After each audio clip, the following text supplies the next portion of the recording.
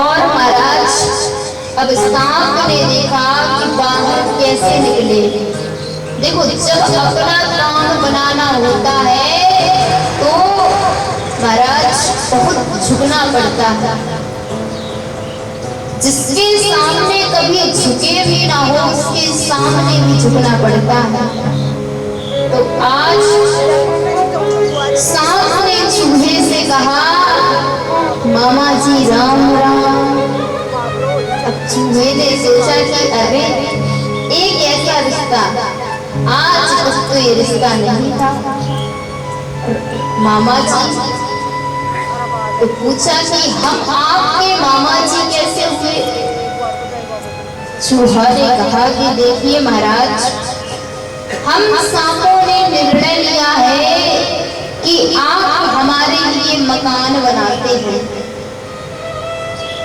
और हम आपको खा जाते हैं, इसीलिए आज के बाद हम आपको नहीं खाएंगे।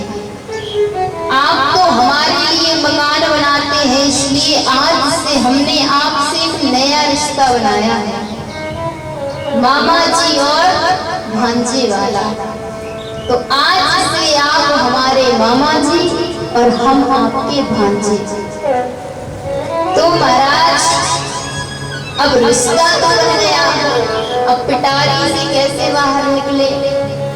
तो सांप ने चूहे से कहा कि जो तुम्हारे दांत हैं वो बड़े तीक्ष्ण, बड़े पैने दांत हैं, तो एक काम करो कि इस पिटारी को काटना शुरू करो।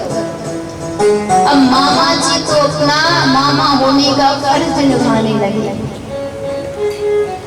तो महाराज पिटारी को काटा और पिटारी से बाहर निकले और साथ में महाराज सांप भी बाहर निकल आया। अब महाराज सांप का तो काम बन गया। अब महाराज उसी सांप ने अपने मामा जी को गोविंदाए नमो नमः कर दिया। तो ये होता है महाराज कि अपना काम का काम बन जाए। और समझ ही गए होंगे आप सभी। तो अब महाराज आप संधि करिए। तो सभी देवता दैत्यों के पास गए और संधि का प्रस्ताव रखा कि समुद्र मंथन करेंगे और मंथन करने पर जो अमृत निकलेगा, अमृत को आपस में बांट लेंगे।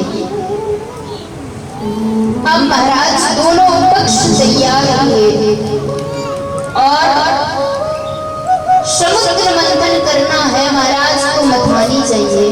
जब तक मथानी नहीं होगी तब तक कहां से महाराज समुद्र मंथन होगा।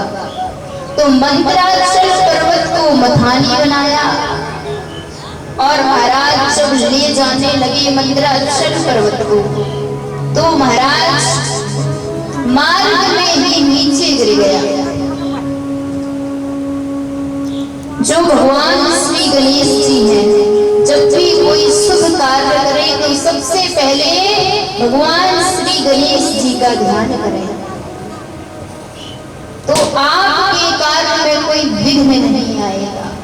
आज विघ्न आया क्योंकि भगवान श्री गणेश जी का ध्यान नहीं किया। तो भगवान से सहायता मांगी और भगवान जो कि एक पक्षी बनकर के प्रकट हुए और उस पर्वत को ले जाकर के समुद्र में स्थापित कर दिया। और अब महाराज दोनों पक्ष तैयार हुए समुद्र मंथन के लिए और महाराज बांसुरी नाग को रस्सी बनाया और महाराज अब दोनों तैयार खड़े हैं समुद्र मंथन के लिए। समुद्र मंथन हुआ और महाराज सबसे पहले विष निकला, कालकूट विष, जो कि महाराज जलचर, थलचर और नभचर तीनों लोग जलने लगे उस विष से। प्रभु से प्रार्थना की कि हे प्रभु अब क्या करें। बोले विष पीने का अभ्यास किसे है? शिव शंकर भगवान जो विष का पान करते हैं। तो एक काम करो कि इस विष को इकट्ठा करो और ले जाकर के भगवान की शरण में जाओ।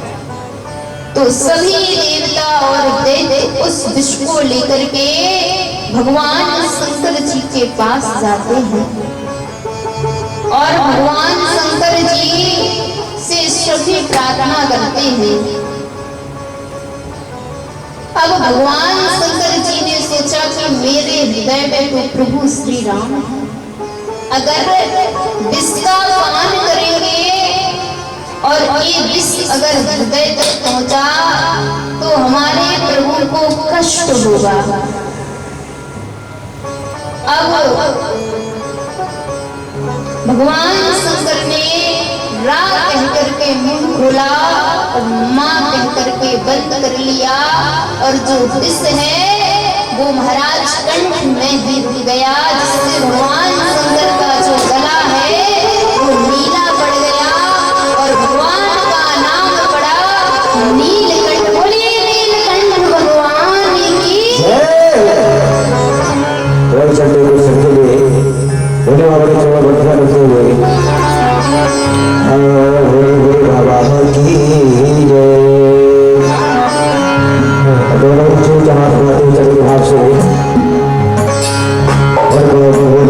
भोले